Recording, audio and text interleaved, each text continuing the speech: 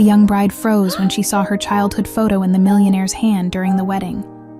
The soft melody of a violin filled the decorated ballroom as Emma Carter swayed gently in her husband's arms.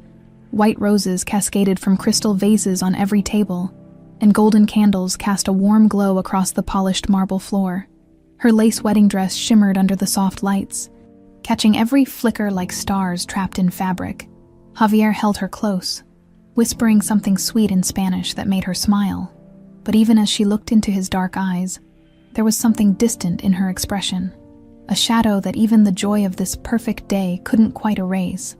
Emma had always carried that shadow. It lived in the blank spaces of her childhood, in the questions that had no answers, in the empty photo albums that started at age 5 and not a day before. She'd grown up in St. Catherine's Home for Children, a weathered brick building nestled in the mountains of Colorado. The nuns were kind, the other kids became her brothers and sisters, but none of that filled the void of not knowing. Who was she before Emma Carter? Where had she come from? Why couldn't she remember anything before waking up in that hospital bed? Clutching a stranger's hand, unable to tell them her name, the head nun, Sister Margaret, had explained it gently over the years. Emma had been found alone on a dirt road near the interstate, wearing a blue dress with embroidered daisies. No identification. No family searching for her. The police searched for months. Missing persons reports, news broadcasts, posters in every truck stop from Wyoming to New Mexico. Nothing. It was as if she'd appeared out of thin air. The only clue was a small silver pendant Emma wore around her neck, a delicate chain with a single engraved initial. Sister Margaret had kept it safe for her, along with one photograph, a faded Polaroid of a little girl with brown curly hair and a mischievous smile, wearing that same blue dress with daisies. On the back, written in elegant cursive, Samantha. Age 5, Emma had stared at that photo 1,000 times, trying to remember being that happy little girl. But the memories never came, just flashes. A woman's voice singing a lullaby, the scent of jasmine, strong hands holding hers. Nothing solid, nothing real now. At 24, dancing at her own wedding, Emma wore that pendant hidden beneath her dress. She'd long ago accepted that some questions would never have answers. She'd built a life anyway, graduated college, worked as a graphic designer, fell in love with Javier, a kind-hearted architect who loved her exactly as she was, past and all. "You okay?" Javier murmured against her ear, his accent wrapping around the words like velvet. Emma nodded, forcing her smile brighter. "Just happy, really happy." He kissed her temple, and the song changed to something more upbeat. Guests began flooding the dance floor. Javier's enormous family, Emma's friends from work, a few former St.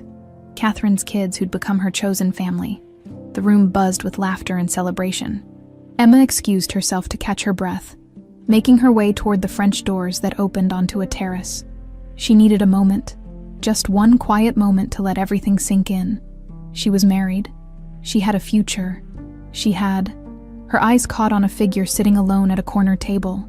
An older man, maybe 60, with silver hair carefully combed back and an expensive suit that fit him perfectly. But it wasn't his appearance that stopped Emma cold. It was what he held in his hands. A photograph. He was staring at it with such raw grief that Emma felt it from across the room. His fingers trembled as they traced the edges of the faded picture, and his eyes, even from this distance, Emma could see they were wet with unshed tears. Something pulled at her chest, some instinct she couldn't name. Emma found herself walking toward him, weaving through dancing couples and laughing guests, her heart pounding harder with each step. She didn't know why. She just knew she had to see that photograph. As she got closer, the man looked up. Their eyes met, and for a split second, Emma saw recognition flash across his face.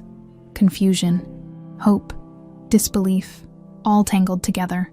"Excuse me," Emma said softly, her voice barely audible over the music. The man quickly wiped his eyes, trying to compose himself. "I'm sorry.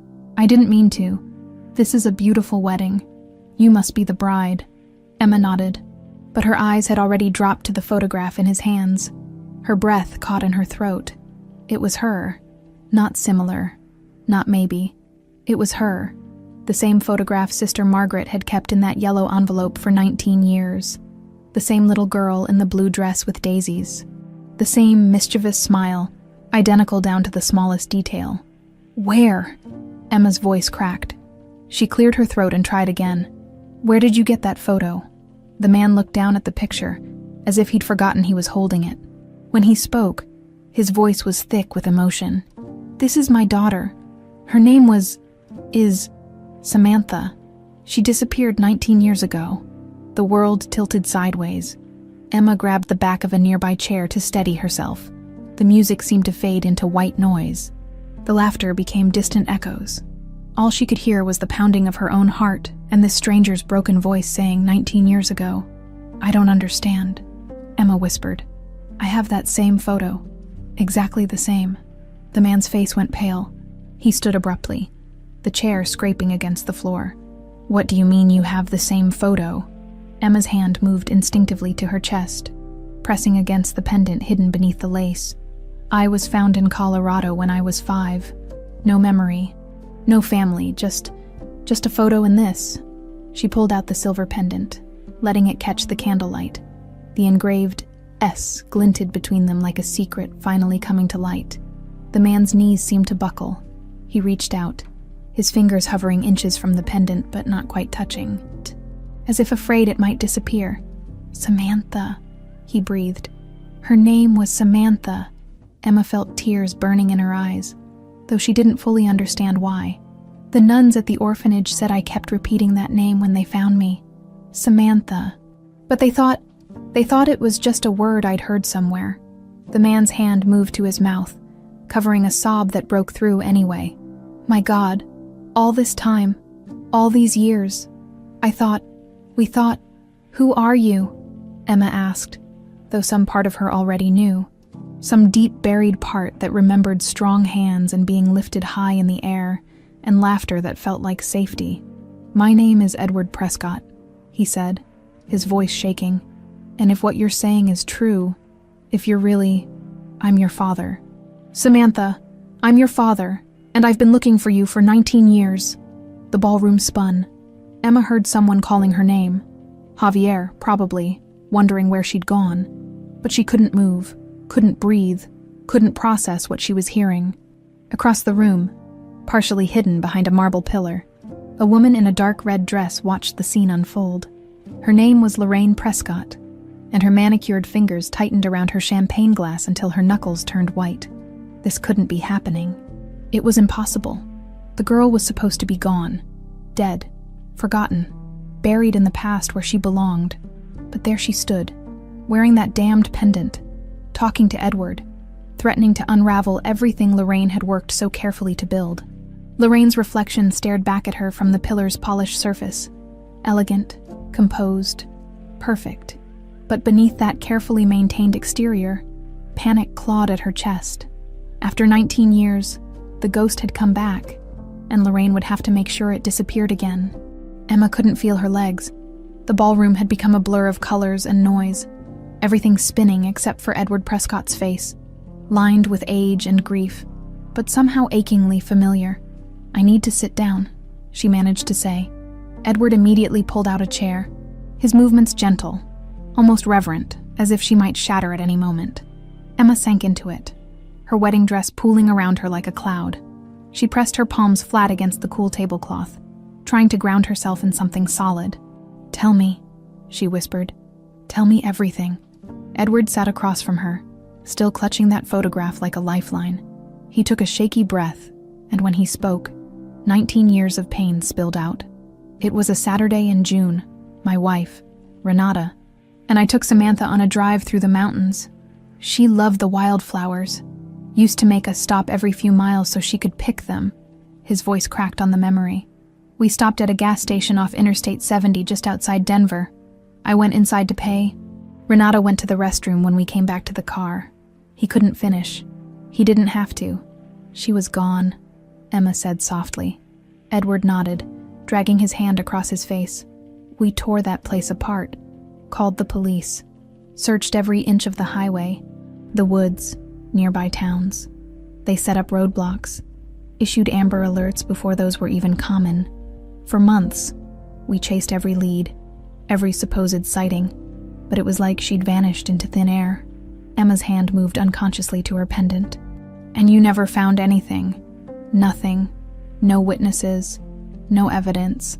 No body. Edward's eyes met hers, red-rimmed and desperate. My wife, Renata, never recovered. She died 3 years later.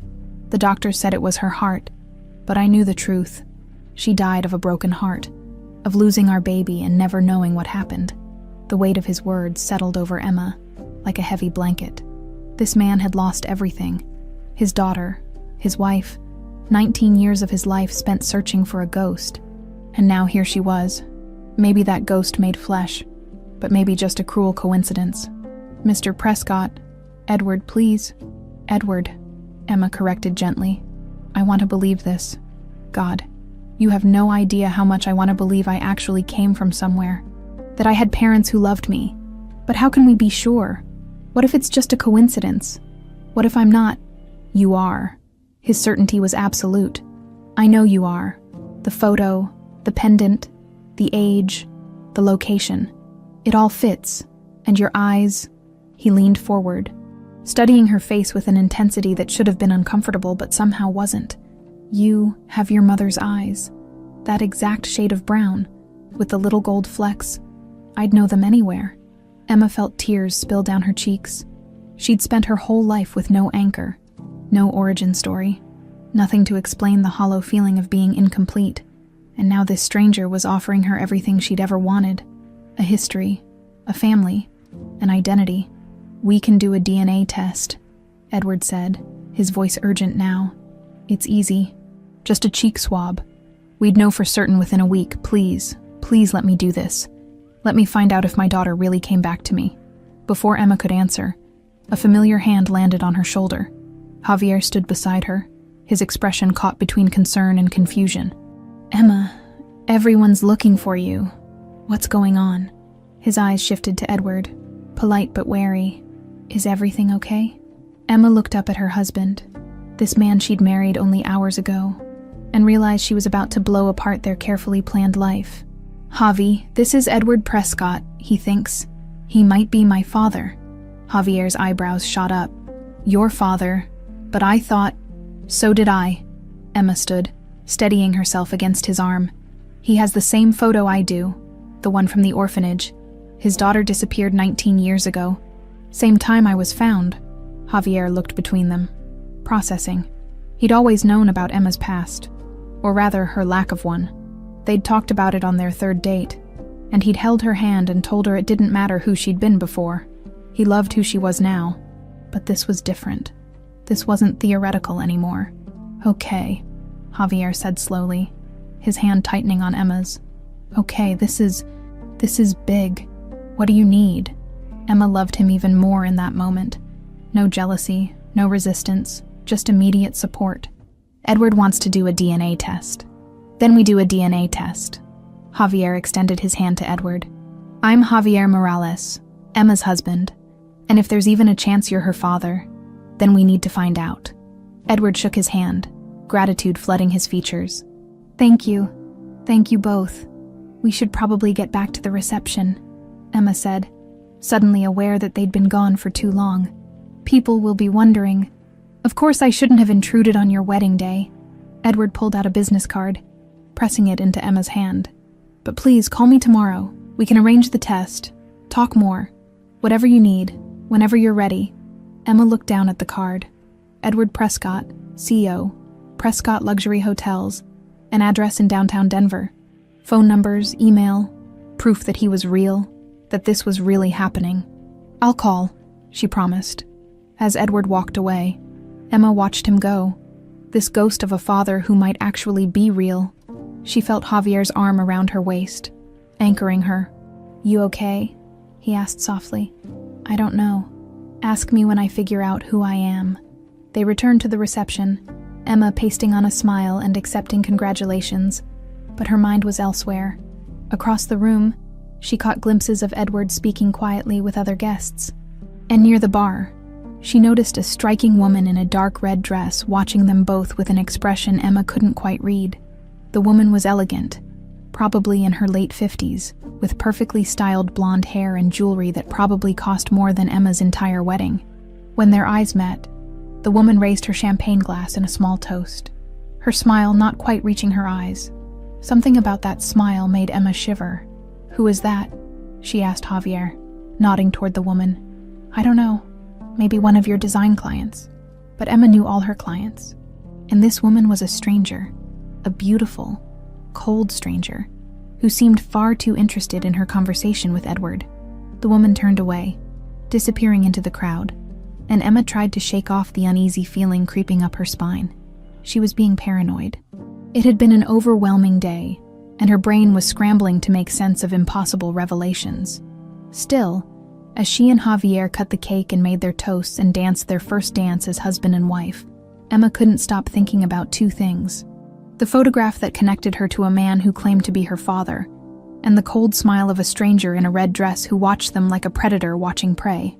Later, as the reception wound down and guests began to leave, Emma found herself standing by the French doors, staring out at the Denver skyline.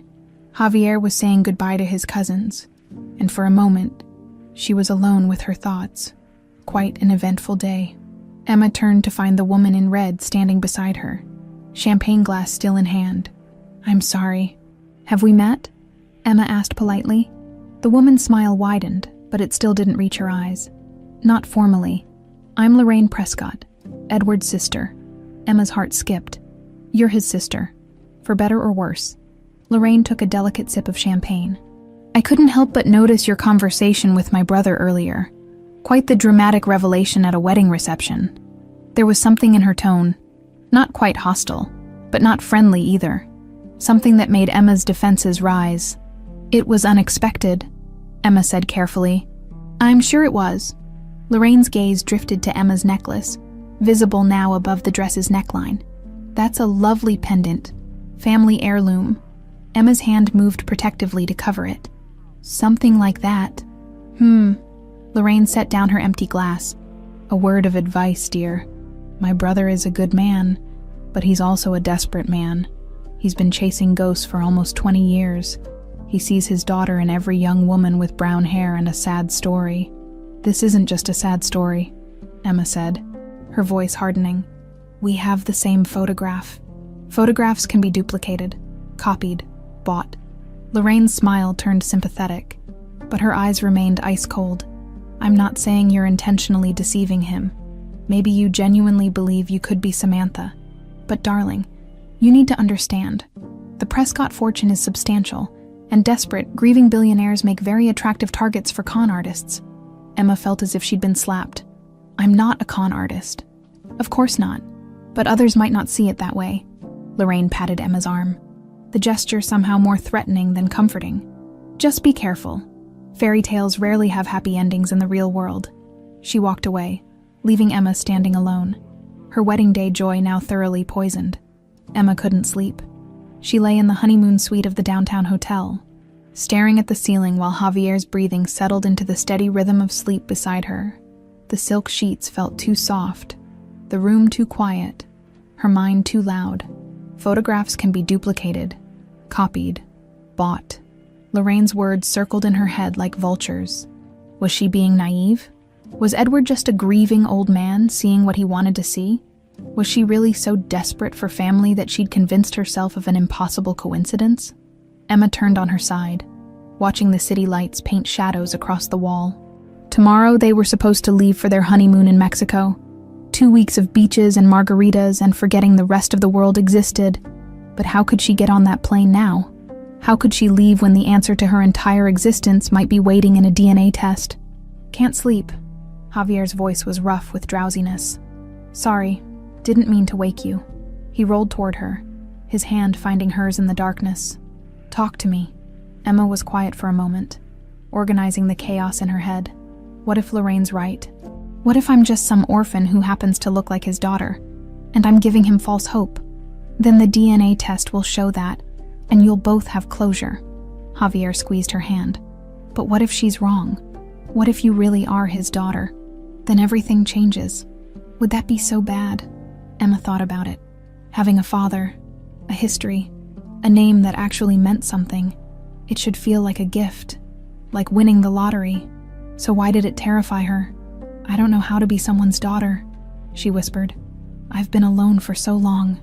Javier pulled her closer, his arms wrapping around her. You're not alone. You have me. And maybe, just maybe, you have him too.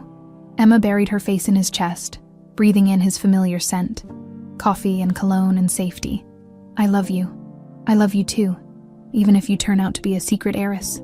She could hear the smile in his voice. God, I hadn't even thought about that part. Emma pulled back to look at him. Lorraine mentioned the Prescott fortune. What if that's all anyone sees? What if they think I'm just after money? Anyone who knows you knows that's bullshit. Javier tucked a strand of hair behind her ear. But Emma, if this is real, if he is your father, you're going to have to deal with people who don't know you. People who'll judge, who'll assume the worst. Are you ready for that? Emma didn't have an answer. She finally drifted off around 3 a.m, and when she did, the dreams came. She was small again, tiny hands gripping a red balloon. The sun was bright, too bright, hurting her eyes. Mama's voice singing somewhere close, something in Spanish she couldn't quite make out. Then different hands, rough hands, grabbing her, the balloon floating away into the sky. A man's voice, gruff and scared. Hurry up, before someone sees. Another voice. I don't like this, man. She's just a kid. The smell of cigarettes and old car seats. Crying, crying, crying. And then a woman's voice, cold as winter. Leave her far away. Somewhere no one will find her. Make her disappear. Emma woke up gasping, her heart hammering against her ribs. The room was gray with early morning light. Javier was still asleep beside her, peaceful and unaware of the nightmare that had just clawed its way out of her subconscious. She grabbed her phone from the nightstand with shaking hands. 6:47 a.m., too early to call anyone. But she pulled up Edward's contact information anyway. Staring at the number he'd given her, the dream felt different from normal nightmares. It felt like a memory trying to surface, like something real buried under years of forgetting. Make her disappear. By 9 o'clock, Emma had showered, dressed, and convinced Javier to postpone their flight to Mexico. He'd made the call to the resort while she paced the hotel room, her phone clutched in her hand like a talisman. Ready? Javier asked gently. Emma nodded and dialed Edward's number. He answered on the second ring. Emma? Hi. I hope it's not too early. Not at all. I've been up since 5. He sounded breathless, hopeful. Have you thought about the test? I want to do it today, if possible. I need to know. Thank you. His voice broke on the words. Thank you. I'll arrange everything. There's a private clinic I use. Very discreet. Can you meet me there at 11? Emma agreed, took down the address, and hung up, feeling like she'd just jumped off a cliff with no idea if there was water below. The clinic was in a sleek glass building in downtown Denver. All modern furniture and abstract art and the kind of hushed professionalism that screamed expensive.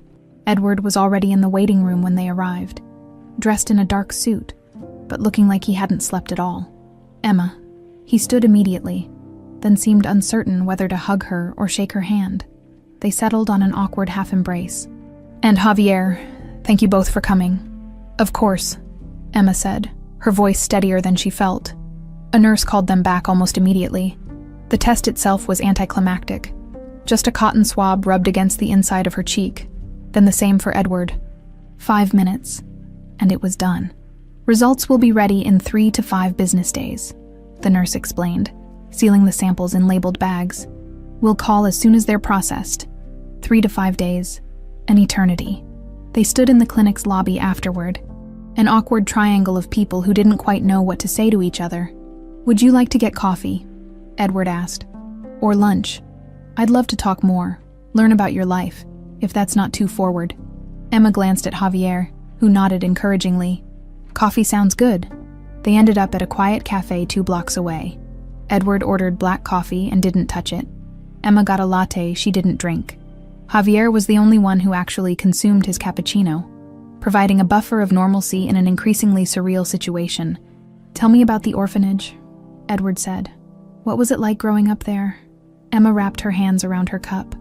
letting the warmth seep into her palms. Lonely, mostly. The nuns were kind, but there were so many kids, and I was the weird one who couldn't remember anything before age 5. The other kids either pitied me or thought I was making it up. Did you ever try to find your family? The nuns tried. They contacted every missing children's database, ran my photo in newspapers, even hired a private investigator once with donated funds. Nothing ever came back. It was like I didn't exist before that road in Colorado. Edward's jaw tightened. Someone didn't want you to be found. The words hung in the air, heavy and cold. Emma thought about her dream, that woman's voice ordering her disappearance. Edward, Emma said slowly, when Samantha disappeared, did the police have any suspects? Anyone who might have wanted to hurt her? Edward looked uncomfortable. They investigated everyone. Staff at the gas station, registered offenders in the area, even people we knew. But there was never any evidence pointing to anyone specific. The case went cold within 6 months. What about family? Did anyone have a reason to? Emma trailed off, not wanting to voice the terrible thought. But Edward understood. His expression darkened. You mean, did someone in my family hurt my daughter? The police looked at me first. Naturally. Then my wife, our finances, our marriage. They found nothing because there was nothing to find. We loved Samantha more than anything in the world. I didn't mean to suggest. I know. Edward softened. And you're right to ask. If someone took you deliberately, not randomly, then there had to be a motive. I've spent 19 years asking myself that same question. Javier had been quiet, but now he leaned forward. What about the pendant? The one Emma wears? Was that Samantha's? Edward's eyes moved to Emma's necklace, visible above her sweater. Yes. My wife gave it to her on her 5th birthday, 3 weeks before she disappeared. The Ez was for Samantha. Renata had it custom made. Emma touched the pendant. This piece of jewelry she'd carried her whole life without understanding its significance. It had been hers once. She'd been Samantha once, a little girl with parents who loved her, who gave her custom jewelry and took her on drives through the mountains. And someone had stolen that from her. I'm going to find out what happened, Emma said, surprised by the steel in her own voice. If I'm your daughter, when we prove I'm your daughter, I want to know who did this, who took me, who took 19 years from both of us. Edward reached across the table, his hand hovering near hers but not quite touching. We'll find out together. They talked for another hour, about Emma's life, her work, how she'd met Javier.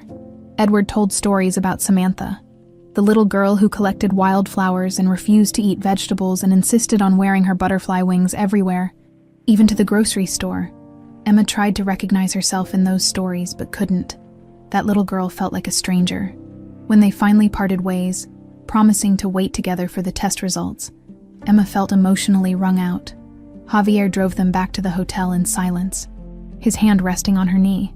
That woman yesterday, Emma said suddenly. Lorraine, Edward's sister. She basically accused me of being a con artist. She's probably protective of him. He's been through a lot. Maybe. But Emma couldn't shake the memory of those cold eyes. That threatening smile. Or maybe she knows something we don't. That night, Emma dreamed again. The same rough hands. The same scared voices. The same woman commanding her disappearance. But this time, when she woke up gasping at 2 a.m., she could swear the woman's voice in her dream had sounded like Lorraine. 4 days felt like 4 years.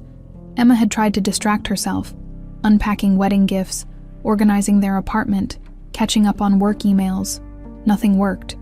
Her mind kept circling back to that clinic, those cotton swabs, the answers locked away in some laboratory waiting to reshape her entire existence. Javier had been patient, supportive, never pushing her to talk when she went quiet. But she could see the worry in his eyes every time she startled awake from another nightmare, every time she stared at her phone waiting for it to ring on the 4th day.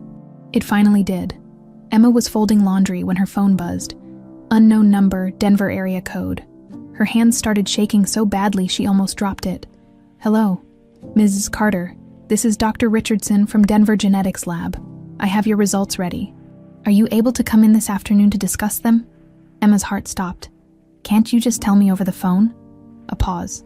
We prefer to deliver these results in person. especially given the sensitive nature. Please, Emma's voice cracked. Please, I need to know now. Is Edward Prescott my father? Another pause. Longer this time then. The test shows a 99,098% probability of paternity. Yes, Miss Carter. Edward Prescott is your biological father. The room tilted. Emma sat down hard on the couch, the folded towels spilling onto the floor. You're sure? Completely sure. The markers are definitive. Would you like to schedule a time to come in and review the full report? Emma agreed to something. She wasn't sure what, and hung up. She sat there staring at nothing, her phone still clutched in her hand. She had a father. After 24 years of being no one, belonging nowhere, she had a father, a real, living, breathing father who'd been looking for her, who'd never stopped looking. Emma, Javier appeared in the doorway, concern creasing his forehead. Who was that? She looked up at him, tears streaming down her face. It's true. He's my father. I'm Samantha Prescott. Javier crossed the room in 2 strides and pulled her into his arms. She sobbed against his chest. Not sad tears, not happy tears. Something more complicated than either. Relief and grief and joy and loss all tangled together. I have a name, she whispered. I finally have a real name. You've always had a real name, Javier said gently. But now you have the whole story. Emma pulled back, wiping her eyes. I need to call him Edward. He needs to know. But before she could dial, her phone rang again. Edward's name flashed on the screen. Emma. His voice was raw, shaking. The clinic just called. They told me, they said, I know. They called me too. A sound came through the phone that might have been a laugh or a sob. You're my daughter. You're really my daughter. Oh God, Samantha, you came back. Hearing him say that name, her real name, broke something open in Emma's chest. I don't know how to be Samantha, she admitted. I've been Emma for so long. Then be Emma, Edward said immediately. Be whoever you want to be. I just want you in my life. However that looks. Whatever you're comfortable with. They made plans to meet that evening. Edward suggested his home, then immediately backtracked, worried it would be too much, too soon. They settled on the same cafe where they'd had coffee after the test. Emma spent the rest of the afternoon in a daze. She stood in front of the bathroom mirror, studying her reflection as if seeing it for the first time. Brown eyes with gold flecks. Her mother's eyes, Edward had said. The curve of her jaw, the shape of her nose. Features that had always been just hers were suddenly someone else's too. She was a Prescott. She came from somewhere. When they arrived at the cafe that evening, Edward was already there, the moment he saw Emma. He stood, and she could see he'd been crying. His eyes were red, his face blotchy, but he was smiling wider than seemed physically possible. Hi, Emma said, suddenly shy. Hi, sweetheart. Edward's voice broke on the endearment. Would it be okay if I hugged you? Emma nodded, and then she was in his arms. He smelled like expensive cologne and coffee and something else she couldn't name. Something that felt impossibly, inexplicably like home. He held her carefully, like she might break, one hand cradling the back of her head. I'm so sorry, he whispered. I'm so sorry I couldn't protect you, that I let you disappear, that you grew up without us. It wasn't your fault, Emma said, though she didn't know if that was true. They sat, and Edward pulled out an envelope. The official test results. He pushed it across the table to her. Emma opened it with trembling hands, scanning the technical jargon until she found the conclusion printed in bold. Probability of paternity. 99.98%. There it was. Scientific proof that she belonged to someone. I have so many questions, Emma said. About my mother. About what I was like as a kid. About everything. I'll tell you everything, Edward promised. Every story, every photo, every memory. You can have it all back. They talked for hours. Edward showed her pictures on his phone. Renata, beautiful and smiling, holding a baby Samantha. Samantha at 3, covered in birthday cake. Samantha at 4, wearing those butterfly wings she'd apparently been obsessed with. Emma stared at these images of herself, trying to remember being that happy, carefree child. Your mother would have loved knowing you grew up to be an artist, Edward said. zooming in on a photo of toddler Samantha with finger paint everywhere. She was a painter, not professionally, just for fun, but she was talented. I didn't know that. Emma felt a pang of loss for this woman she'd never get to meet. I wish I could have known her. She would have fought heaven and hell to get you back, Edward said, his voice thick with emotion. Losing you destroyed her. If she knew you were alive all this time. He broke off, unable to continue. Javier, who'd been quietly supportive, spoke up. What happens now, logistically? Does Emma need to change her legal name? Are there inheritance issues? Edward waved that away. Whatever Emma wants. If she wants to stay Emma Carter Morales, that's fine. If she wants to reclaim Prescott, we can arrange that. As for inheritance, he looked directly at Emma. I'm not a young man. Everything I have was supposed to be yours anyway. It still is if you want it. I don't want your money, Emma said immediately. I know you don't. That's how I know you're really my daughter. Edward smiled sadly. But it's yours regardless. The hotels, the investments, all of it. You're my only child, Samantha. Everything I built was for you. The weight of that settled over Emma. She wasn't just getting a father. She was inheriting an empire, a legacy, a life she'd never prepared for. This is a lot, she admitted. We'll take it slow, Edward assured her. As slow as you need. I've waited 19 years. I can wait as long as it takes for you to feel comfortable. They parted ways with promises to have dinner the next night, this time at Edward's home. He wanted to show Emma her old room, preserved exactly as it had been the day she disappeared. As Emma and Javier walked back to their car, Emma felt lighter than she had in days. The uncertainty was gone. She knew who she was now, where she came from. She had a father who loved her, who'd never stopped looking.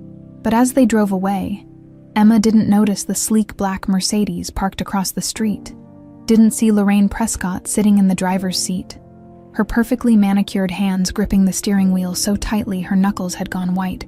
Lorraine had watched the entire reunion through the cafe window, watched Edward crying tears of joy, watched Emma looking at those damned photos, watched them embracing like a fucking Hallmark movie. This couldn't be happening. After 19 years. After everything she'd done to erase that little brat from existence, she was back. And worse, she had proof. Scientific, irrefutable proof. Lorraine pulled out her phone with shaking hands and dialed a number she'd hoped never to use again. "It's me," she said, when a gruff voice answered. "We have a problem. The girl survived. She's back, and she's taking everything." A long pause, then, "What do you want me to do about it?" Lorraine watched Emma and Javier drive away, her jaw clenched. "I'll let you know. Just be ready." She ended the call and sat in the darkness of her car, her mind racing. She'd orchestrated one disappearance. She could orchestrate another. This time, she'd make sure Samantha Prescott stayed gone for good. The Prescott mansion sat on 3 acres in Cherry Hills Village, the kind of neighborhood where the houses had names instead of numbers, and the mailboxes cost more than most people's cars. Emma felt her stomach twist as Javier pulled through the iron gates, following the curved driveway lined with perfectly manicured hedges. "You okay?" Javier asked, squeezing her hand. "I grew up here," Emma whispered, staring at the sprawling Tudor-style home. "I learned to walk on that lawn. I had birthday parties in that garden, and I don't remember any of it." Edward was waiting at the front door, practically vibrating with nervous energy. He'd dressed casually, khakis and a sweater, but Emma could tell he'd agonized over every detail, wanting everything to be perfect. "Welcome home," he said, his voice catching on the last word. Home. The word felt foreign and familiar all at once.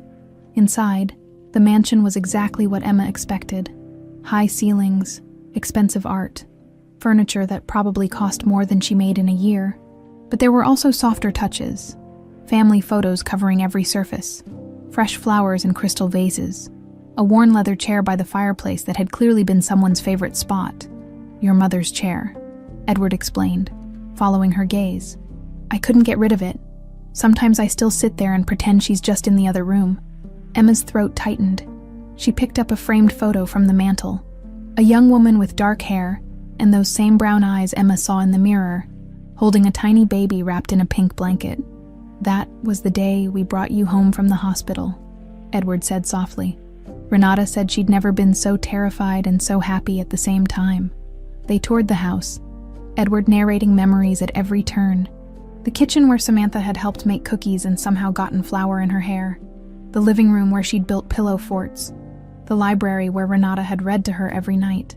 Then Edward led them upstairs, stopping in front of a white door decorated with hand-painted butterflies. "I haven't changed anything," he warned. "If it's too much, I want to see it," Emma said.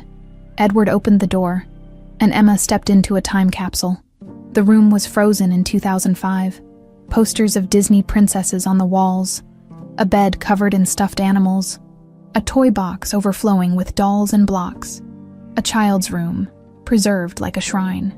Emma walked slowly around the space, touching things carefully as if they might crumble. A jewelry box that played Twinkle, Twinkle, Little Star, a bookshelf full of picture books, a closet still full of tiny dresses, including a blue one with embroidered daisies. The dress, Emma breathed, from the photo. She wore it constantly that summer, Edward said from the doorway. We had to sneak it into the laundry at night because she'd throw a fit if she couldn't wear it. Emma pulled the dress from the hanger, holding it against her chest. It was so small, made for a child who no longer existed.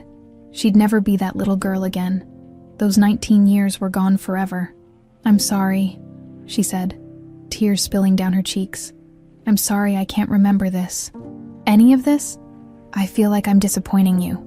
Edward crossed the room and gently took the dress from her hands. "You're not disappointing me. You're alive. You're here. That's more than I ever dreamed possible." He cupped her face in his hands. "Memory or no memory, you're still my daughter. That's all that matters." They stayed for dinner, takeout Chinese that Edward insisted Samantha had loved as a child. Emma tried the sweet and sour chicken and discovered he was right. It tasted like home, even if she couldn't remember why. It was nearly 10 when Emma's phone buzzed. A text from an unknown number. "We need to talk. Coffee tomorrow, 9 a.m. Margot's Cafe downtown. Lorraine." Emma showed it to Edward, whose expression darkened. "You don't have to meet with her." "Why doesn't she like me?" Emma asked. "I mean, I'm your daughter. Shouldn't she be happy you found me?" Edward and Javier exchanged a look that Emma couldn't quite read. "Lorraine and I have a complicated relationship," Edward said carefully. "When Samantha disappeared, it destroyed our family. I pulled away from everyone, including her. She felt abandoned. There's resentment there." "Is that all?" Emma pressed. Edward hesitated. "She's also a major shareholder in Prescott Hotels. When I thought Samantha was dead, I made Lorraine my heir." "Now that you're back," he trailed off. But Emma understood. "She's going to lose everything." "It was never hers to begin with," Edward said firmly. "The company was built for Samantha, for you. Lorraine knew that." Emma looked back at the text. "I should meet with her. Clear the air. Maybe she just needs to hear that I'm not trying to take anything from her." But even as she said it, Emma remembered Lorraine's cold smile at the wedding, her thinly veiled accusations. Something told her this meeting wouldn't be about clearing the air. The next morning, Emma arrived at Margot's Cafe 10 minutes early. Lorraine was already there, sitting at a corner table, immaculate in a cream-colored suit that probably cost more than Emma's car. "Emma, thank you for coming." Lorraine's smile was all teeth, no warmth. "Please sit." Emma sat, her defenses already up. "What did you want to talk about?" "Straight to the point. I can respect that." Lorraine took a delicate sip of her espresso. "I owe you an apology. My behavior at your wedding was inappropriate. I was caught off guard, protective of my brother, you understand?" "Sure," Emma said, not buying it for a second. "The DNA results must have been quite a relief, knowing for certain who you are." Lorraine's eyes were sharp, calculating. "Though I have to admit, I'm still processing the implications. You disappeared 19 years ago under mysterious circumstances, and suddenly reappear at Edward's lowest point, right when he's most vulnerable." "I didn't plan to reappear," Emma said, her voice hardening. "I had no idea who he was until he showed up at my wedding." "Of course, pure coincidence." Lorraine leaned forward. "But you have to see how it looks. Edward is worth billions. The Prescott estate includes hotels in 12 countries, real estate holdings, investments, and now it all goes to you, a complete stranger who happened to show up with a convenient sob story. The DNA doesn't lie. DNA can be manipulated. Tests can be falsified. Money can buy a lot of things, Emma, including laboratory results. Emma felt her face flush with anger. You think I faked a DNA test? That's insane. Is it? Lorraine pulled out her phone, scrolling through something. I've already started asking questions. Apparently, the lab Edward used is owned by a friend of his. Very cozy arrangement. And the technician who processed your samples. He has gambling debts. Significant gambling debts. You're lying. Am I? Lorraine showed Emma her phone. A photo of a bank statement with several large deposits highlighted. These went into your account last week, right before the DNA results came back. Care to explain where a graphic designer gets $50,000 in cash deposits? Emma stared at the statement, her blood running cold. Those weren't her accounts. She'd never seen those numbers before, but they had her name on them, her social security number. Those aren't mine, Emma said. You faked these. Did I? Or are you running a very sophisticated con and I'm the only one smart enough to see it? Lorraine tucked her phone away. I've already sent copies to several board members at Prescott hotels. They're very concerned about Edward's judgment. Some are even talking about having him declared mentally incompetent. You can't do that. I can do whatever it takes to protect my family's legacy from opportunistic frauds. Lorraine's mask of civility finally cracked, revealing the venom beneath. You want to know the truth, Emma. I don't care if you are Samantha. That little girl is dead. She died 19 years ago and she's not coming back. You're just some orphan who got lucky, who found a rich old man desperate enough to believe in fairy tales. Emma stood, her chair scraping loudly against the floor. I'm not an orphan anymore. I'm Edward's daughter. The DNA proves it, and there's nothing you can do to change that. We'll see about that. Lorraine's smile was pure ice. You might have fooled Edward, but you won't fool everyone. By the time I'm done, the entire city will know you're a con artist. Your husband will leave you. Your friends will abandon you, and Edward will realize what a mistake he made trusting you. Why are you doing this? Emma demanded. What did I ever do to you? For just a moment, something flickered in Lorraine's eyes. Fear, maybe, or guilt. But it was gone so fast Emma might have imagined it. Stay away from my brother, Lorraine said quietly. Walk away now, while you still can. Take whatever money you've already gotten and disappear, because if you don't, I will destroy you. Emma left the cafe shaking with rage and fear. She sat in her car for 10 minutes, trying to calm down enough to drive. Her phone rang. Edward. Emma. I just got a call from Marcus Brennan on the board. He's asking questions about the DNA test, about your finances. What's going on? Lorraine, Emma said. She's trying to discredit me. She showed me fake bank statements. Said I bribed the lab technician. Edward, she's going to turn everyone against me. A long silence. Then Edward's voice, harder than she'd ever heard it. Let her try. I'll call an emergency board meeting. We'll address this head on. I won't let her poison people against you. But as Emma drove home, she couldn't shake the feeling that Lorraine was just getting started. This wasn't about money or inheritance or company politics. This was personal, and Lorraine Prescott was playing for keeps. The nightmares were getting worse. Emma woke up screaming for the third night in a row, tangled in sweat-soaked sheets, Javier's arms already around her, before she'd fully surfaced from the dream. Same one, he asked gently, brushing damp hair from her forehead. Emma nodded, her heart still racing, but it wasn't the same anymore. The dream was changing, getting clearer, more detailed, like a photograph slowly developing in a dark room, revealing shapes that had always been there but hidden in shadow. Tell me, Javier urged. Emma closed her eyes, trying to hold onto the fragments before they slipped away. I'm in a car, back seat. There are two men in front. I can't see their faces, but I can hear them arguing. One says, "This is wrong, man. She's just a kid." The other one says, "You want that money or not? We do what we're told." She paused, her breath hitching. Then there's another voice, a woman's voice on a phone, I think. She's saying, I don't care how you do it. Just make sure she's never found. Make her disappear. And Javi? Emma opened her eyes, tears streaming down her face. I think I know whose voice it is. Whose? Lorraine's? Javier went very still.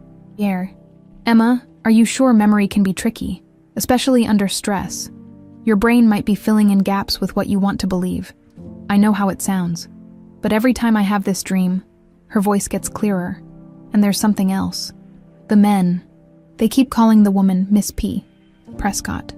It has to be her. If that's true, Javier said slowly, if Lorraine really was involved in your kidnapping, then she's not just trying to protect the family fortune. She's covering up a crime. Emma sat up, suddenly wide awake despite the 3 a.m. darkness. That's why she's so desperate to discredit me. If I'm really Samantha, if people start investigating what happened 19 years ago, she'll be exposed. We need to tell Edward. And say what? That I have dreams I think might be memories. That I'm accusing his sister of kidnapping me based on a voice I'm not even sure I'm remembering correctly. Emma shook her head. He'll think I'm unstable. That Lorraine was right about me all along. Then we need proof, Javier said. Real evidence. Not just dreams. The next morning, Emma called Edward. His voice was strained when he answered. Apparently, Lorraine's campaign against her was gaining traction. 3 board members had already demanded an independent DNA test. The Denver Post was sniffing around, asking questions about the mysterious long-lost heiress. I'm handling it, Edward assured her, but Emma could hear the exhaustion in his voice. Don't let Lorraine's poison get to you. Edward, I need to ask you something about the day I disappeared. Do you remember if Lorraine was with you? A pause. Lorraine? No. She was in New York. She called that night, devastated when we told her what happened. Why? Because she might have been the one who made it happen. Emma thought but didn't say. Just trying to piece together the timeline. Did she come back for the search? Eventually, she stayed a few weeks, then went back to New York. We weren't as close then. She was building her own career. Didn't want to be tied to the family business. Edward's voice softened. I know she's been horrible to you, sweetheart, but she's not a monster. She's just scared of losing what little family she has left. Emma wished she could believe that. After they hung up, Emma made a decision. If her dreams were actually memories trying to surface, she needed help bringing them fully into focus. She needed to talk to someone who understood trauma, memory, how the brain protects itself from unbearable truths. Dr. Sarah Chen's office was nothing like Emma expected. Instead of the cold clinical feel she'd imagined, it was warm and inviting. Soft lighting, comfortable chairs, and a wall of books that made the space feel more like someone's study than a therapist's office. Dr. Chen herself was in her 40s, with kind eyes and an easy smile that immediately put Emma at ease. Tell me what brings you here, she said once they'd settled in. Emma explained everything. Finding Edward, the DNA test, the nightmares that felt like memories. She talked about the voices, the car, the woman on the phone ordering her disappearance. Dr. Chen listened without interrupting, occasionally taking notes. What you're describing is consistent with recovered memory, Dr. Chen said when Emma finished. Traumatic events, especially in childhood, can be suppressed by the brain as a protective mechanism. Sometimes they stay buried forever. Sometimes they resurface, particularly when triggered by related stress or discovery. So these dreams, they could be real memories. They could be. But Emma, I have to be honest with you. Memory is complicated. Our brains don't record events like a video camera. We reconstruct memories every time we recall them. And those reconstructions can be influenced by our current emotions, our expectations, what we've been told by others. Dr. Chen leaned forward. I'm not saying your memories aren't real. I'm saying we need to be careful about treating them as absolute truth without corroboration. How do I know for sure?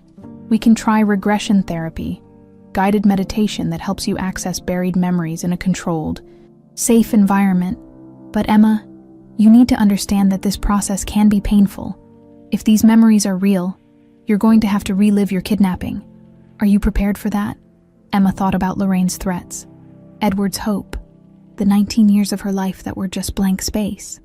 I need to know the truth, whatever it costs. They scheduled sessions for the following week.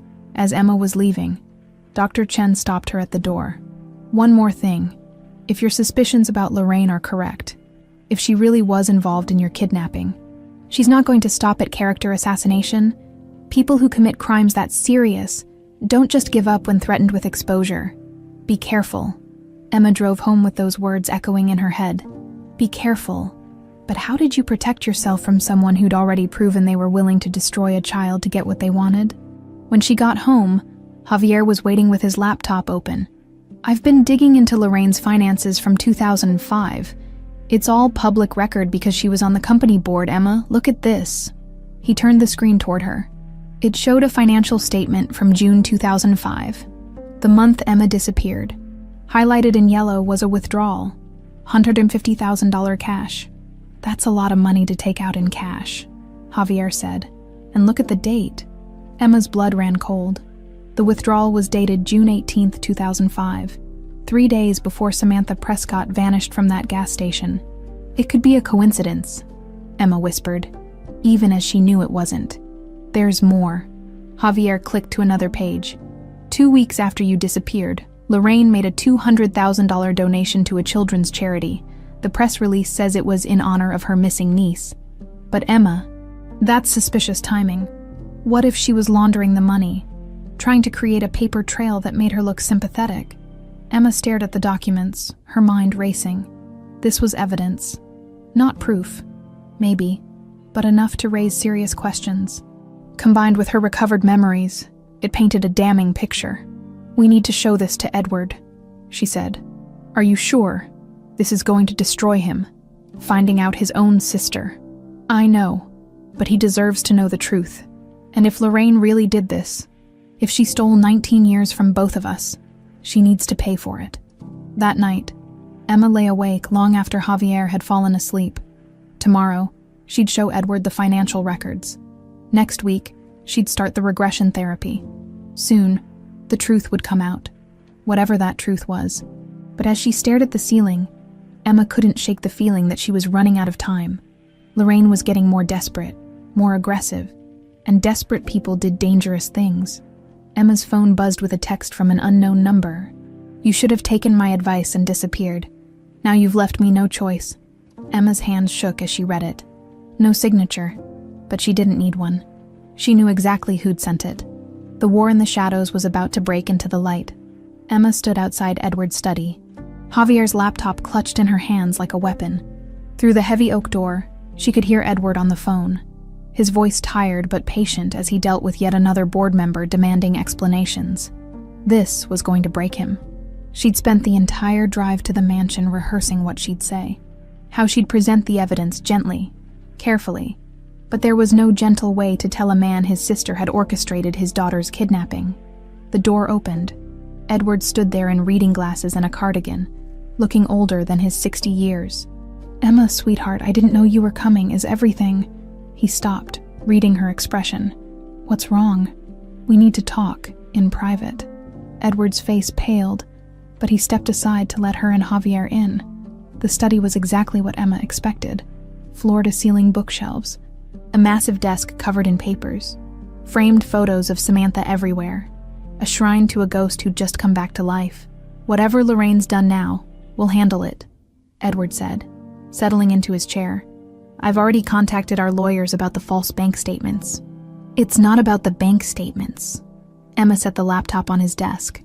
The financial record's already pulled up. Edward, I need you to look at something, and I need you to keep an open mind. He frowned but leaned forward, adjusting his glasses. As his eyes scanned the screen, Emma watched his expression shift from confusion to disbelief. These are Lorraine's financial records from 2005, she explained quietly. 3 days before I disappeared, she withdrew $150,000 in cash. 2 weeks after, she made a suspicious donation to a children's charity. Edward shook his head slowly. Emma, I don't understand what you're suggesting. I think she paid someone to kidnap me. The words hung in the air like poison. Edward sat back as if he'd been physically struck. That's impossible. No. Lorraine would never... I've been having dreams, Emma continued, her voice shaking. Memories I think of being in a car with 2 men, hearing a woman's voice on the phone telling them to make me disappear. Edward, I think that voice was Lorraine's. Dreams aren't evidence, Edward said, but his voice lacked conviction. He was staring at the financial records, his mind clearly working through implications he didn't want to accept. No, but combined with this, Javier gestured to the screen. It's enough to warrant investigation. That's a lot of money to withdraw in cash with no explanation. Right before your daughter vanished, Edward stood abruptly, pacing to the window. Outside, the manicured gardens stretched toward the mountains, peaceful and perfect. A facade, just like everything else. There has to be another explanation, he said. But Emma could hear the doubt creeping into his voice. Maybe she was investing in something, maybe... Edward, please. I know this is hard. I know she's your sister, but you need to consider the possibility that she's not who you think she is. Why? Edward spun around, his face anguished. Why would she do this? What possible reason could she have to hurt Samantha? Emma and Javier exchanged a look. Money, Javier said gently. If Samantha disappeared, who inherited everything? The color drained from Edward's face. He sank back into his chair, suddenly looking every one of his 60 years. Oh God, the will. I changed my will 2 weeks before Samantha disappeared. Made her the sole heir, with Lorraine as secondary. Lorraine knew she was furious, said I was cutting her out of the family legacy. What did you tell her? That the company was always meant to go to my children. That she had her own career, her own money. She'd still have shares, still be involved, but the majority would go to Samantha. Edward's hands trembled. We had a huge fight about it. She said I was choosing a child over my own sister, that I'd regret it. Emma felt sick. The pieces were falling into place too perfectly. Did she threaten you? Not directly, just said that sometimes families had to make hard choices, that loyalty should be rewarded. Edward looked up at Emma, tears streaming down his face. I thought she was just upset. I never imagined. How could I imagine my own sister would... He couldn't finish. The reality was too monstrous. We need proof, Emma said. Real, concrete proof. The financial records are suspicious but not definitive. We need to find the men she hired. Get them to testify. I have a private investigator, Edward said, his voice hollow. Marcus Rivera. He's been with me for years. Helped search for Samantha originally. If anyone can find them, he can. He picked up his phone with shaking hands and made the call. Emma listened as Edward explained what they needed. Find 2 men hired in June 2005 to kidnap a 5-year-old girl. Find evidence linking them to Lorraine Prescott. Find the truth, whatever it cost. When he hung up, Edward looked at Emma with an expression that broke her heart. What if you're right? What if my sister destroyed our family? How do I live with that? Emma crossed to him, kneeling beside his chair. The same way I've lived with 19 years of not knowing who I was, one day at a time. But Edward, if she really did this, she can't get away with it. For Samantha, for Mom, for all the years we lost. Edward pulled her into his arms, and they held each other while he cried. Deep, wrenching sobs for the sister he'd loved, and the monster she might actually be. 3 days later, Marcus Rivera called with news. Emma and Javier rushed to the mansion to hear it in person. Marcus was a thick-built man in his 50s, with the weathered look of someone who'd spent decades digging up things people wanted to stay buried. I found them, he said without preamble, spreading files across Edward's desk. Ray Kowalski and Tommy Chen, small-time criminals in 2005, breaking and entering, some drug charges, nothing violent until June that year. He pulled out mugshots of 2 men. Emma stared at their faces, trying to remember if they matched the shadows in her dreams. Maybe, she wasn't sure. Kowalski disappeared off the grid for about 5 years after June 2005. Marcus continued. Came back with money, started a legitimate business. Chen went straight too, moved to Nevada. Both of them kept their noses clean after that, like they'd been scared straight. Can we talk to them? Edward asked. Better than that. I already did. Marcus pulled out a recording device. With their permission, of course. And what they told me, well, you need to hear it. He pressed play. A man's voice, gruff and nervous, filled the room. Look, I'm not proud of what we did. We were desperate, broke, stupid. This woman contacted us through a guy we knew, Said she'd pay big money for a simple job. Snatch a kid from a gas station, drive her out of state, leave her somewhere she'd be found but not right away. No violence, no harm, just relocation. Another voice. She said the kid would be better off, that she was being taken from an abusive situation. We believed her, or we wanted to believe her. The money was too good. The first voice again. We took the girl, drove her to Colorado like we were told, but man, she was crying, calling for her daddy. It messed us up. We couldn't just leave her in the middle of nowhere like the lady wanted, so we left her by the road where someone would find her quick. Called it in anonymously to make sure. The woman, Miss Prescott, we knew her name. She was pissed when she found out. Said we'd screwed everything up, but she paid us anyway. Told us to disappear and never mention it again. Said if we talked, we'd spend the rest of our lives in prison. Marcus stopped the recording. The silence in the room was deafening. They're willing to testify, Marcus said. They kept evidence. Bank statements showing deposits from an account that traces back to Lorraine, phone records, everything. They've been waiting 19 years for someone to ask the right questions. Edward's face had gone gray. He stood slowly, walked to the window, stared out at nothing. My sister, he whispered. My own sister took my daughter, took my wife, took 19 years of our lives, for money. Emma stood beside him, taking his hand. Now we can prove it. Now we can make sure she pays. Edward turned to her, and for the first time since she'd met him, she saw something harder than grief in his eyes. She saw rage. Call the police, he said to Marcus. And call my lawyers. I want Lorraine arrested today. Edward insisted on confronting Lorraine before involving the police. His lawyers advised against it. Let law enforcement handle everything, they said. But Edward was adamant. He needed to hear it from her own mouth. Needed to look his sister in the eye and hear her admit what she'd done. I'm coming with you, Emma said firmly when Edward announced his intention. Emma, I don't think that's wise, if she's capable of what we think she is. She already threatened me. She's already tried to destroy my reputation. I deserve to be there when she finally faces the truth. Emma's jaw set stubbornly. Besides, you shouldn't do this alone. Javier squeezed her hand. We'll both be there.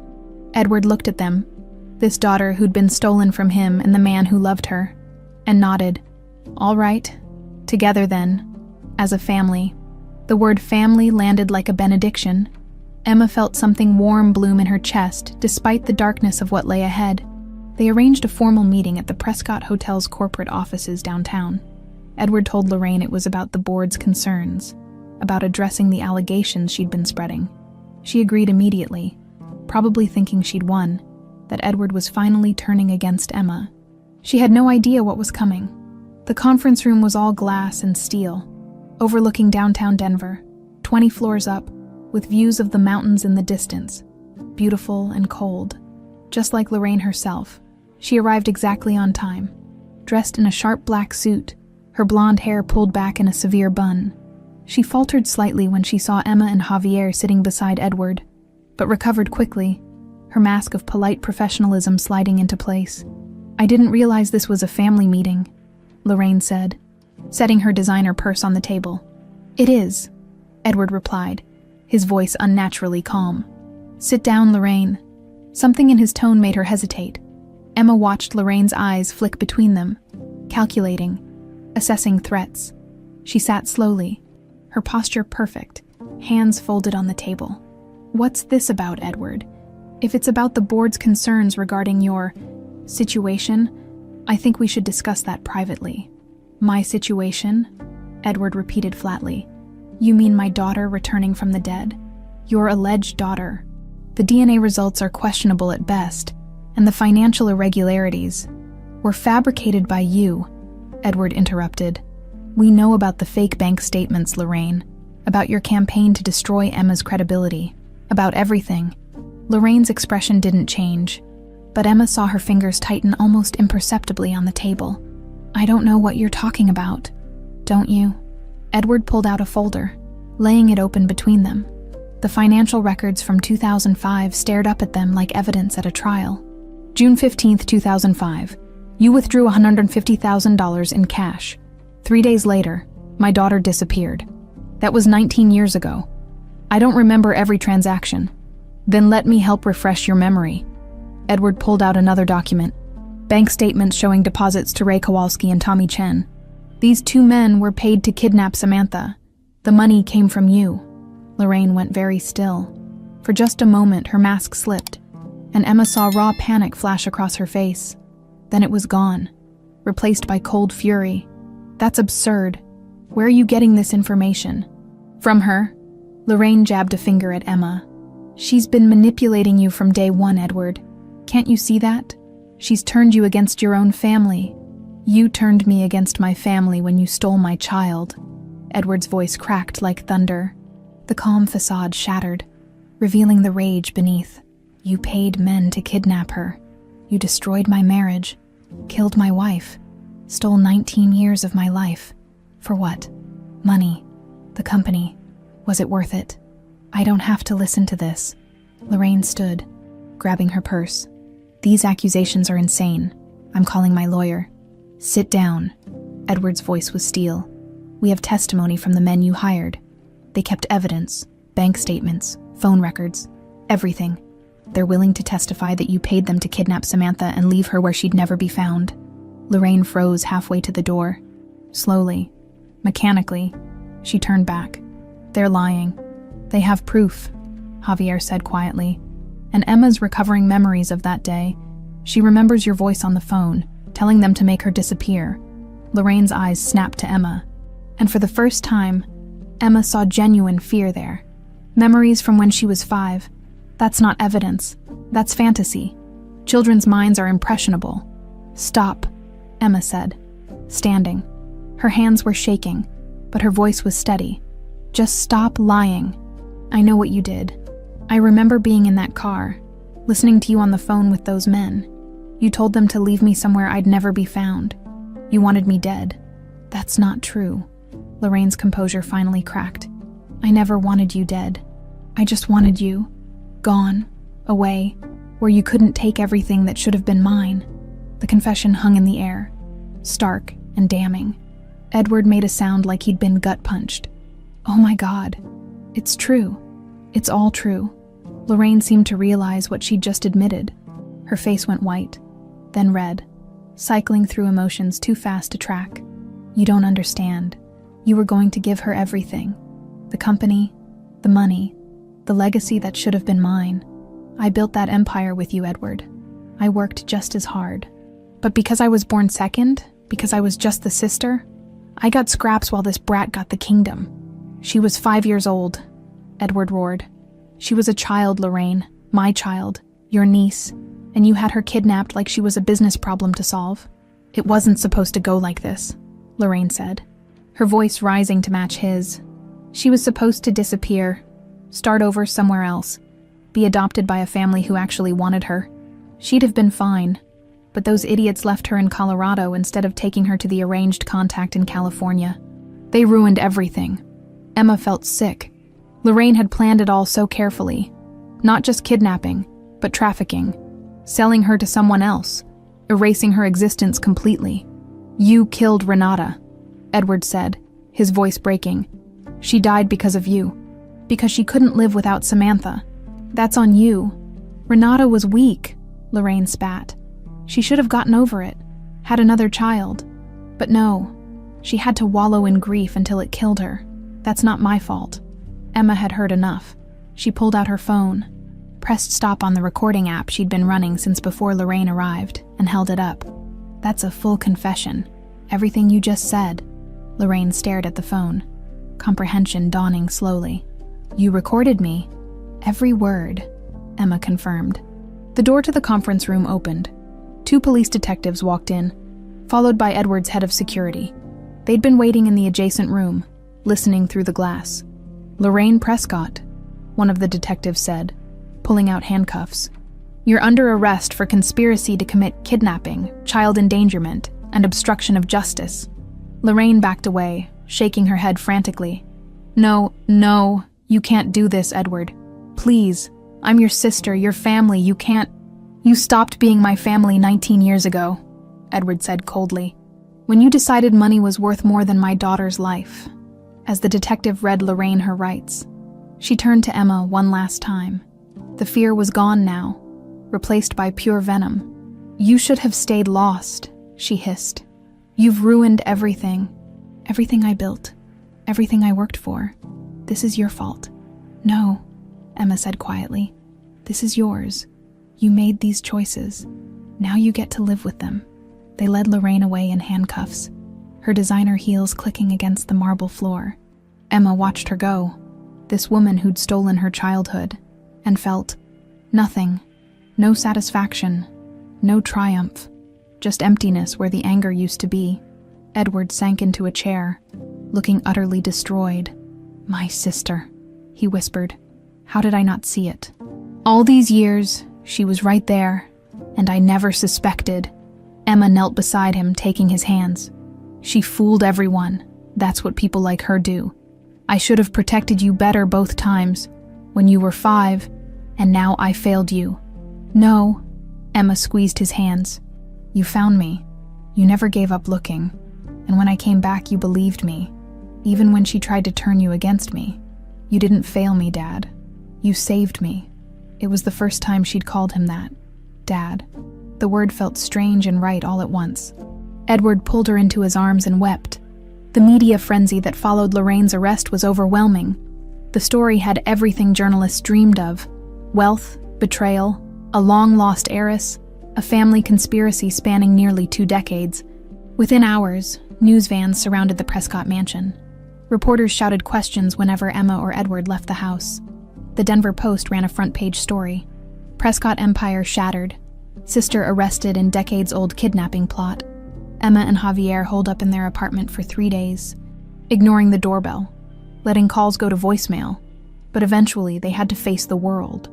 Edward's lawyers handled most of it, releasing carefully worded statements. Yes, Dina confirmed Emma was Samantha Prescott. Yes, Lorraine had been arrested. Yes, the family requested privacy during this difficult time. The statements were professional and cold, revealing nothing of the devastation beneath. Lorraine's arraignment was set for the following week. Her lawyers were already spinning damage control, suggesting she'd been coerced into that confession, that the recording was inadmissible. But with Ray Kowalski and Tommy Chen's testimony and the paper trail Marcus had uncovered, the prosecution was confident. She'll go to prison, Edward's lead attorney assured them during a meeting at the mansion. Conspiracy to commit kidnapping carries 15 to 20 years, combined with the other charges. She's looking at significant time. Emma should have felt victorious. Instead, she just felt tired. That evening, she drove to Mount Olivet Cemetery on the outskirts of Denver. She'd gotten the location from Edward, plot 337, near a willow tree that Renata had always loved. The headstone was simple but elegant. Renata Maria Prescott, beloved wife and mother, 1968 to 2008. Forever in our hearts. Emma knelt in the grass, running her fingers over the carved letters. "Hi, Mom. I guess that's what I should call you, right? Even though I don't remember you." The wind rustled through the willow branches, the only response.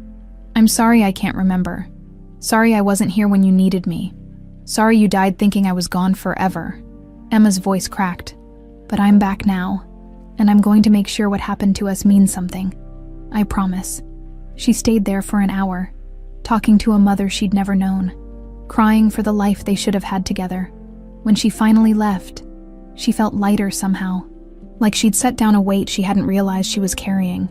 Javier was waiting in the car, patient as always. "How do you feel?" "Like I'm finally saying goodbye to the person I used to be." Emma Carter, the orphan with no past. She's gone now. "I'm Samantha Prescott. I'm someone's daughter." Emma wiped her eyes. "I just wish I'd gotten to know my mother." "You know her through Edward," Javier said gently. "Through the stories he tells, the photos he's kept. She's still alive in those things." Emma nodded, leaning against his shoulder as they drove home. She was learning that grief wasn't always about missing someone you remembered. Sometimes it was about mourning what you never got to have. The preliminary hearing was held in a packed courtroom. Emma sat between Edward and Javier, trying to ignore the cameras, the whispers, the weight of hundreds of eyes watching her every move. Lorraine was brought in wearing an orange jumpsuit, her hair uncombed, makeupless. She looked smaller somehow, diminished without her designer armor. When her eyes found Emma across the courtroom, there was no remorse there, only cold, calculating hatred. The prosecution laid out their case with clinical precision. Financial records, testimony from Kowalski and Chen. Emma's recovered memories corroborated by the recording of Lorraine's confession. Expert witnesses explaining how childhood trauma could suppress and later recover memories. Lorraine's defense tried to poke holes. The memories were unreliable. The confession was obtained under duress. The financial transactions could be explained away, but even Emma could see they were grasping at straws. When it came time for victim impact statements, Emma surprised everyone by standing. "I'd like to speak," she said. Her lawyer looked uncertain. "Emma, you don't have to." "I want to." She walked to the podium on shaking legs. Acutely aware of Lorraine's eyes boring into her back, she didn't look at her aunt. Instead, she focused on the judge, on Edward's encouraging nod, on Javier's steady presence. "My name is Emma Carter Prescott," she began, her voice stronger than she felt. "Though for 19 years, I didn't know the second part of that name. I grew up in an orphanage, believing I came from nowhere, belonged to no one. I spent my childhood watching other kids get adopted while I stayed behind. The girl no one wanted." She paused, collecting herself. "What Lorraine Prescott did to me was more than kidnapping. She stole my identity. She robbed me of my mother, who died believing I was dead. She took my father's chance to watch me grow up. She erased 19 years of birthdays, holidays, memories, all the things that make a family." Now Emma did look at Lorraine. "But the thing she didn't count on was that love is stronger than greed. My father never stopped looking for me, never gave up hope. And when I walked back into his life, he recognized me immediately, not because of a photograph or a DNA test, but because that's what real family does. They see you." Emma's voice hardened. "So yes, I want justice. I want Lorraine to face the consequences of what she did. But more than that, I want the world to know that she failed. She tried to make me disappear, but I'm still here. I survived, and I'm going to spend the rest of my life making sure the 19 years she stole from us matter." The courtroom was silent when Emma sat down. Edward reached over and squeezed her hand, tears streaming down his face. Lorraine was denied bail.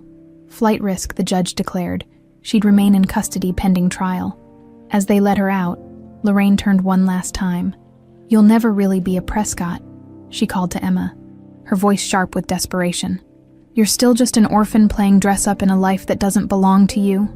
Emma met her gaze steadily. "I'm exactly where I belong. You're the one who doesn't fit anymore." The trial wouldn't happen for months. But the preliminary hearing had done its job. The evidence was overwhelming. Lorraine's lawyers were already talking about plea deals, trying to reduce the sentence in exchange for a guilty plea. 20 years minimum, Edward's attorney told them over dinner that night at the mansion. "With her age and the severity of the crime, she'll likely die in prison." Edward stared into his wineglass. "She's my sister. I should feel something. Grief, anger, something. But I'm just empty. That's normal," Emma said softly. "You're grieving the sister you thought you had, the person she pretended to be.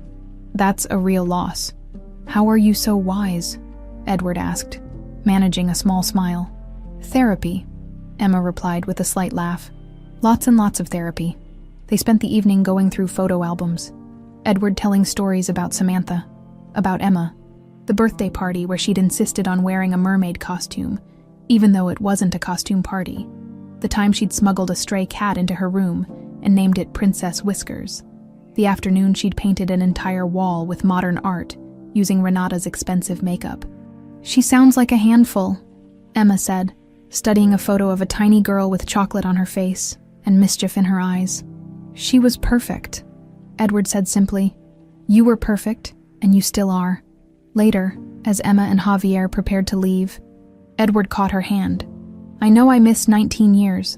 I can't get those back, but I'd like to be part of the years going forward if you'll let me." Emma hugged him tight. "I'd like that too, Dad." The word still felt new, but it was getting easier every time she said it. Driving home, Emma watched the city lights blur past the window. Justice was coming for Lorraine. The truth was finally out. She had a father who loved her, a husband who supported her, and a future that was finally, truly, hers. "You okay?" Javier asked. Glancing over, Emma thought about it. Really, thought about it. The nightmares were fading. The empty space where her past used to be was filling with new memories, new connections. The girl who'd been lost was finally found. "Yeah," she said, smiling. "I really am." 6 months later, Emma stood in the gardens of the Prescott mansion, watching the sunset paint the Colorado mountains in shades of amber and rose. The air smelled of jasmine. Edward had planted an entire row of jasmine bushes along the garden path, the same flower Renata had loved, the scent that had haunted Emma's fragmented memories for years. So much had changed. Lorraine's trial had lasted 3 weeks. The jury deliberated for less than 4 hours before returning a guilty verdict on all counts. The judge sentenced her to 25 years in federal prison. She'd be 77 when she got out. If she survived that long, Emma had attended every day of the trial, sitting in the front row beside Edward. She'd watched her aunt's mask finally, permanently crumble on the day of sentencing. Lorraine had looked at her one last time. No hatred now, just hollow defeat. "I hope you're happy," Lorraine had said flatly. Emma had considered the question seriously. "I'm not happy you're going to prison. I'm not happy about any of this, but I'm finally free. So yeah, I guess in a way, I am." That had been 2 months ago. Since then, life had settled into a new rhythm. Emma had legally reclaimed the name Samantha, though most people still called her Emma. It felt right, having both, honoring the girl she'd been and the woman she'd become. Emma Samantha Carter Prescott, a name that told her whole story. She'd joined the board of Prescott Hotels, much to the surprise of the old guard who doubted her. Edward had insisted, and Emma discovered she had a knack for the business. Her eye for design translated beautifully into hotel renovations and brand development. She was also working with Edward to establish the Renata Prescott Foundation, dedicated to helping missing children and supporting families dealing with abduction. "We can't give those 19 years back," Emma had said when proposing the foundation, "but we can help other families avoid losing theirs." Edward had agreed immediately, his eyes wet with grateful tears. Behind her, Emma heard footsteps on the garden path. She turned to find Javier walking toward her, handsome in his dark suit, carrying 2 glasses of champagne. "Thought you might need this before the ceremony," he said, handing her one. "Is it time already?" 5 minutes. Everyone's waiting." Emma took a sip of champagne, letting the bubbles calm her nerves. Today they were renewing their vows, the wedding they should have had, with Emma's father present to walk her down the aisle. It was a small ceremony, just close friends and family in the mansion's garden. Nothing like the elaborate first wedding that had accidentally started this whole chain of revelations. "Nervous?" Javier asked, taking her hand. "A little. Is that weird? We're already married."